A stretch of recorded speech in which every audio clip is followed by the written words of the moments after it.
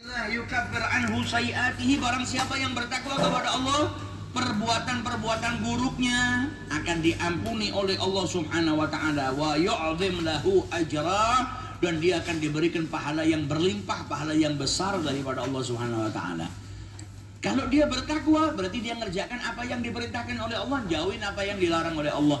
Takwanya ini menjadikan apa? Yukaffir anhu sayiatihi, perbuatan-perbuatan dosanya akan diampuni sama Allah. Karena apa? Dia sedang taat kepada Allah Subhanahu wa ta'ala. Dalam ayat yang lain Allah juga berfirman, ya ayyuhalladzina amanu, hai orang-orang yang beriman, ittaqullaha wal tandur nafsun ma qaddamat lighad. Bertakwalah kepada Allah dan lihatlah apa yang kau persiapkan untuk hari esok, yaitu hari kiamat. Berhati-hatilah dengan apa? Yaitu iqab, dengan hukuman Allah Subhanahu wa ta'ala.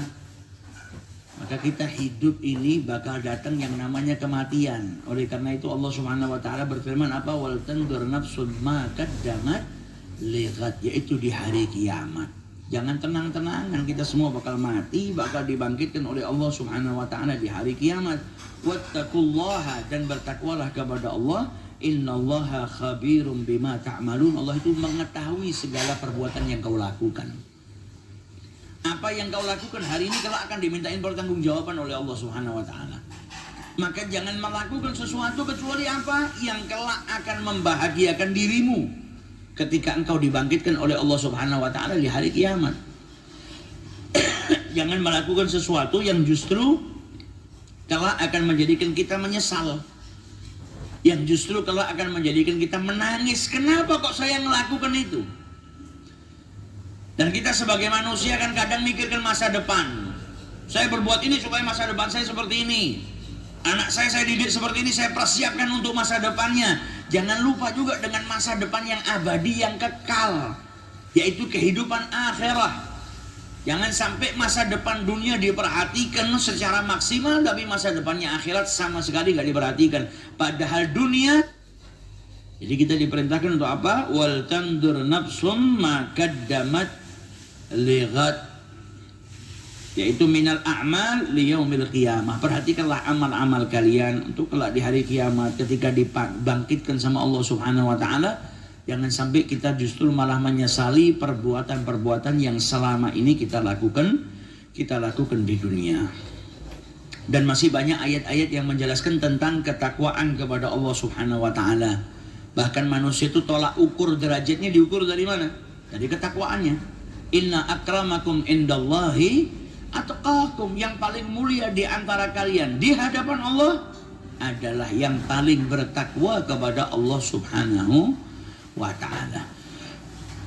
Derajatnya manusia nggak dilihat dari apa? Dari kekuasaan, dari jabatan, dari gantengnya, dari tampannya, atau dari ekonominya. Enggak. Yang dilihat sama Allah dari ketakwaannya. Semakin orang itu bertakwa, semakin mulia derajatnya. Ada orang yang mungkin kaya raya tapi dia nggak bertakwa, rendah di mata Allah. Tapi ada orang yang miskin sekali, namun bertakwanya kepada Allah luar biasa, dia orang yang derajatnya tinggi. Jadi orang yang bertakwa kepada Allah Subhanahu wa ta'ala adalah orang-orang yang mulia, yang derajatnya tinggi di sisi Allah Subhanahu wa ta'ala. Kemudian diriwayatkan oleh Abdullah ibn Mas'ud, doanya Nabi Muhammad sallallahu alaihi wasallam. Karena yaqul, Nabi sallallahu alaihi wasallam dalam doanya apa? Allahumma inni as'alukal huda wat tuqa wal afafa wal ghina, wa fi riwayatin wal iffah. Jadi hadis ini menjelaskan kepada kita tentang wa ma yanbaghi 'alal insan fi'luhu li salahi halihi wa malihi fid dunya wal akhirah, yaitu sesuatu yang seharusnya dilakukan oleh manusia. Apa? Perbuatannya itu untuk kebaikan dirinya, kebaikan keadaannya, dan juga hartanya untuk kebaikan dunianya dan juga kebaikan akhiratnya. Dalam doa ini Nabi SAW meminta kepada Allah, Allahumma inni as'alukal huda, minta petunjuk daripada Allah, wat tuqa, dan dijadikan orang-orang yang bertakwa kepada Allah, wal afaf wal ghina, Jadi dalam kehidupannya di dunia, yang bagi ayyahtadiya ilaihi min amril ma'ashi wal ma'ad. Orang hidup di dunia, tuntunannya siapa? Nabi Muhammad. Hendaknya dia dalam kehidupan dunianya dan dalam mempersiapkan dirinya kembali kepada Allah Subhanahu wa taala, yang dicontoh siapa?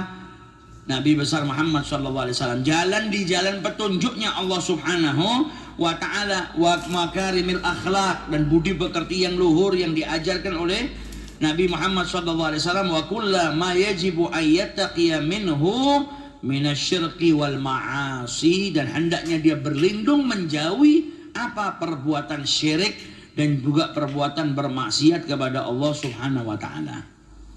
Minta sama Allah agar diberikan huda dan juga at-tuqa. Kemudian wal afaf, iffah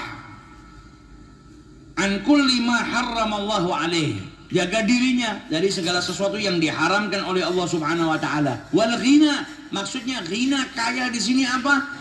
Kaya daripada manusia, butuhnya hanya kepada Allah. Butuhnya hanya kepada Allah Subhanahu wa taala. Fal muradu bihi al-ghina amma siwallah. Jadi merasa kaya kepada selain daripada Allah Subhanahu wa taala. Butuhnya hanya kepada Allah.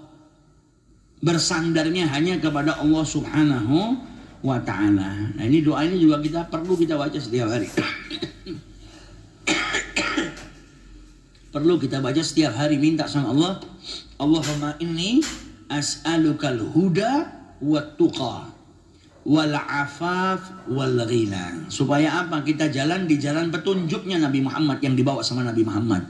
Kita jalan hidup di dunia ini dalam keadaan bertakwa kepada Allah Subhanahu wa taala. Dan supaya apa? Supaya kita diberikan sifat iffah, dijauhkan daripada perkara-perkara yang diharamkan oleh Allah, wal ghina. Butuhnya hanya kepada Allah.